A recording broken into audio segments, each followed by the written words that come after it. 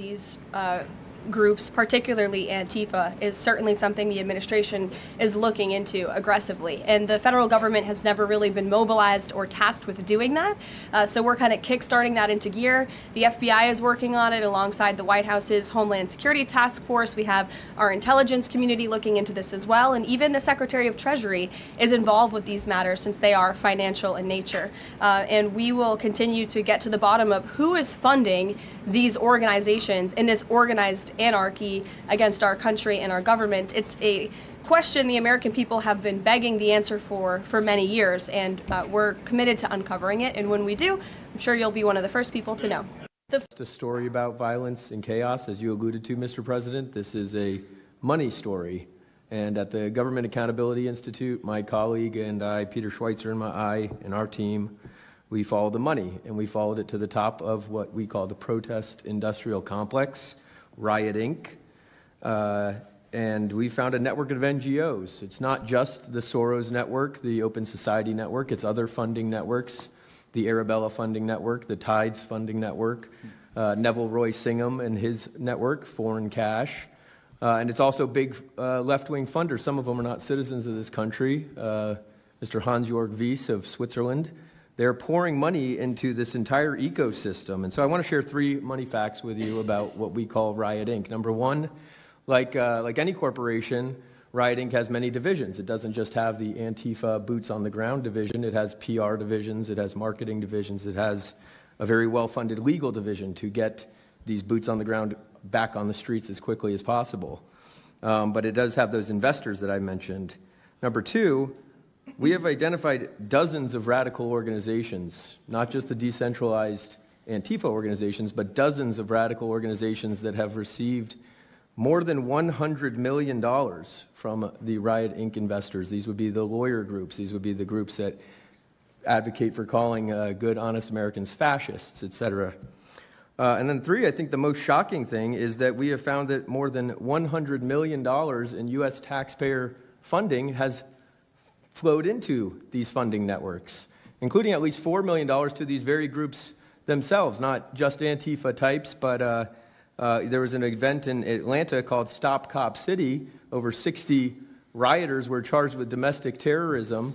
These groups received money for that from both the billionaire class as well as taxpayer money. So one other thing, this money helps fund the decentralized crowdfunding platforms. These are ways that Antifa, the John Brown Gun Club of Elm Fork, which had links to that attack on the ICE facility, the Socialist Rifle Association, and just because they don't have LLCs or EIN numbers doesn't mean they can't get paid. Some of these funding platforms, crowdfunding platforms, are funded by this network that we call Riot Inc. So, again, I want to thank you for your leadership, for the whole cabinet's leadership on this. We're going to keep following the money and appreciate everything you're doing, sir. Do you know the name of any of the funders? Do you know the names? Because if you do, I'd like you to give them to Cash or Pam. Absolutely. Or Christy. Yeah, we'll do that. As soon as you can. That's all of you. Because you probably know the names after a certain period of time. You tend to find out.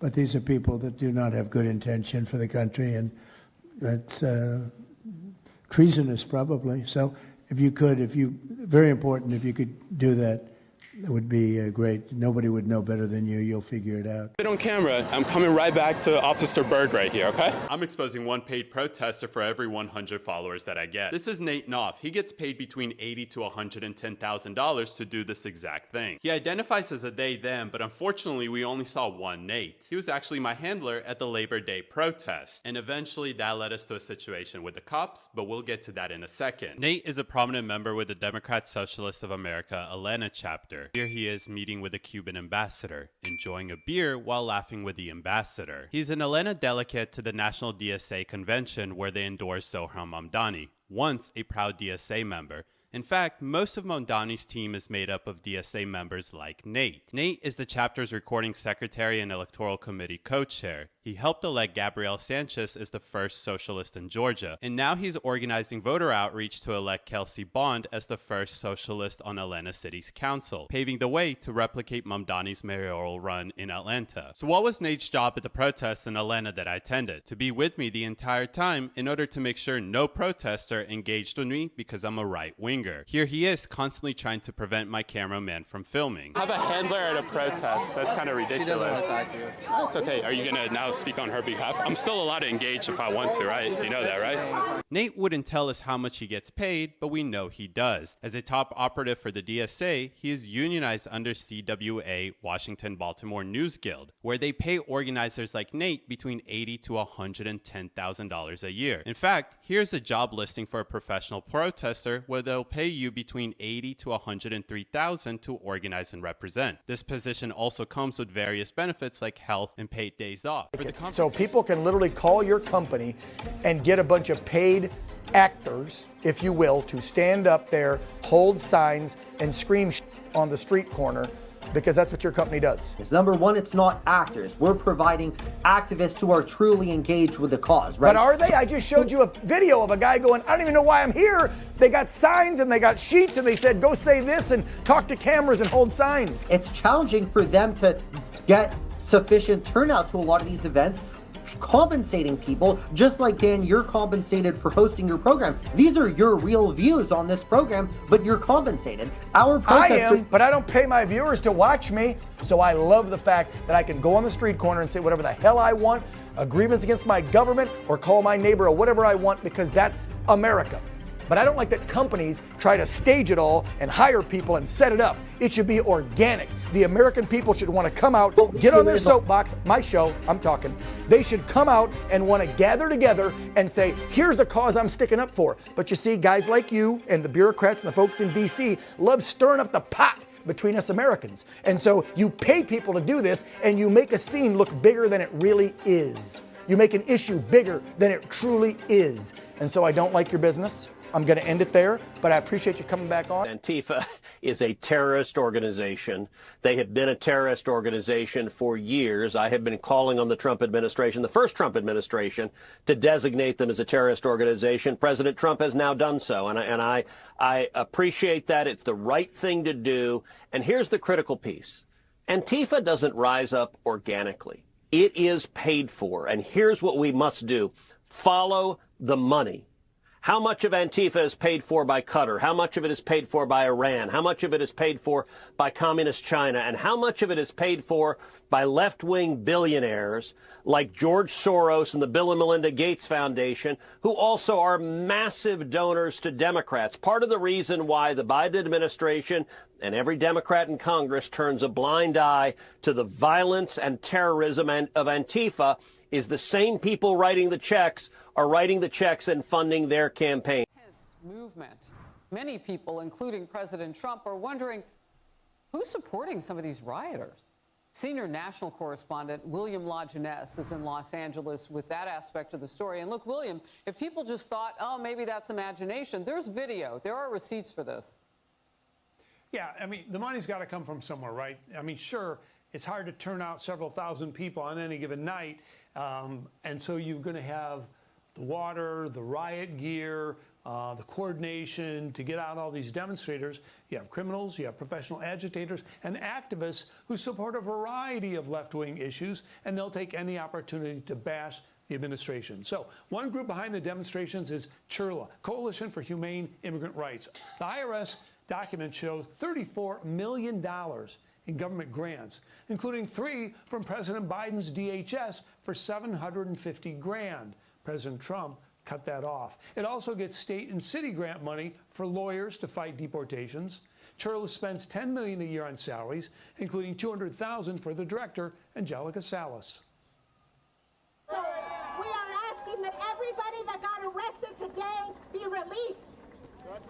We want them in their houses with their families, with their children. CHIRLA also founded the Rapid Response Network. That's the hotline immigrants use to report ICE raids. It will then text these alerts so immigrants can go hide and activists can stop ICE operations. And so I was in a room yesterday morning, meeting with the immigrant rights organizations, and all of a sudden everybody's cell phones started blowing up. That's when we all heard about a raid that was taking place in Whittier. So another organizer is SEIU. You see the purple there. They have 700,000 members. The union turns out big numbers. Others are simply there to bash capitalism. We are the real workers. The working class is the one that builds this country. Yet it's the billionaires in power that continue to harass us and attack us and take absolutely everything from us. Operation Healthy Hearts, according to the New York Post, handed out face shields and riot gear to protesters. Now, their kits include a lawyer's phone number to get out of jail, and some of these groups could face prosecution for aiding and abetting. They might think they're making the community safer, but they're not. And we won't put up with that, and we're going to take criminal action against those type of organizations. So the bottom line is, Harris, California is loaded with nonprofits that feed off taxpayer money. They can turn out a crowd in minutes, and we're seeing that here, now that coordination in other cities. Back to you. Yeah, and that's the next part of all of this, too. I'm going to get to that because this is spreading, and it's happening so quickly. So how does it happen that they have so much in common as it moves? I'm glad you're on it, William. Great job. Thank you. The dangerous case. Oversight Committee member, Florida Congresswoman Anna Paulina Luna. Congresswoman, looking at this chaos, who's funding it and why are they funding it? So it's actually being funded by a billionaire by the name of Neville Singham. He's actually funding a group called the Party for Socialism and Liberation, which if you look online, they are a communist organization. What they're doing is they are using Hispanic Americans the way that BLM used Black Americans during these riots, and frankly, the way that Code Pink, which is also funded by the CCP, is using Palestinians. So what they're trying to do is they're using this to usher in Marxism. But it's important to note that actually when you find and you follow the money trail, Mr. Singham is actually largely funded by the Communist Chinese Party. So House Oversight has issued and will be sending a letter this Friday with all members of Oversight calling Mr. Singham to testify before Congress. If he does not appear and does not provide documents, he will then be held in contempt of Congress, and he will be prosecuted by the Department of Justice. We are not playing. This is a different administration. We have the Department of Justice, and if you interfere with American politics and are a foreign agent, you will be held accountable.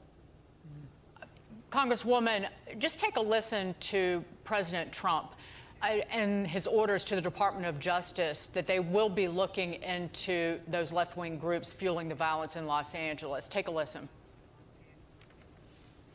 The agitators are throwing firebombs, Molotov cocktails, lighting vehicles ablaze, and attempting to infiltrate and occupy federal buildings wearing armor and face shields. The best money can buy, somebody's financing it. We're going to find out through Pam Bondi and Department of Justice who it is. They're already on it. Who's financing all this equipment?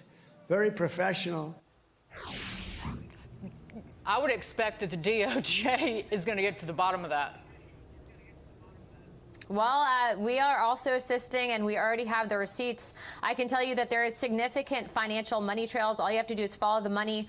Remember, so Neville Singham is actually financing the LA riots, but there's also other groups coming in. But they have different ideological perspectives, some backed by Soros that are globalists, and then obviously the Marxist organizations. But remember, this is a color revolution, right? They're using these immigrants as a guise for their real objective and goal here. And frankly, it's nothing different than what happened in the summer of love during the BLM riots right before the election. They're doing the same thing before the midterms, and Democrats are trying to get the Hispanic vote, so that's why they're using Mexican flags. Well, it was a heck of a thing to see the heads of the biggest teachers unions in the United States standing up there just a few days ago.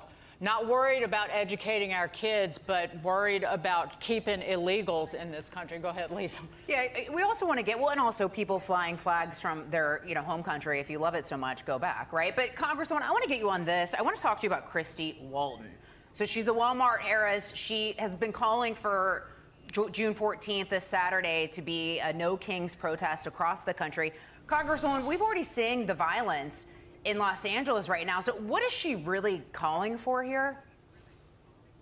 Well, look, I'm the first elected Mexican American to the House of Representatives from the state of Florida. So clearly they are not listening to what Hispanic Americans want, which largely voted in favor of President Trump's policy on immigration, because we understand what happens to our communities.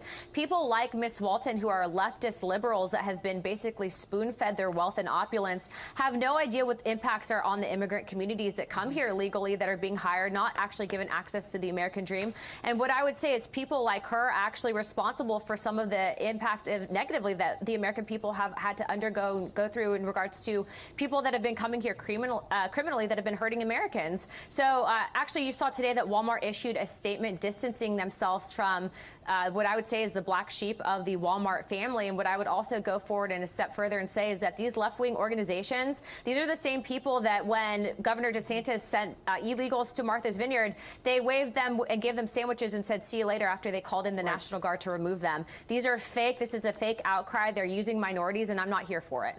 And Congresswoman, this march or this anti-Trump pro-illegal immigrant protest will be happening on the same day as the Army Parade.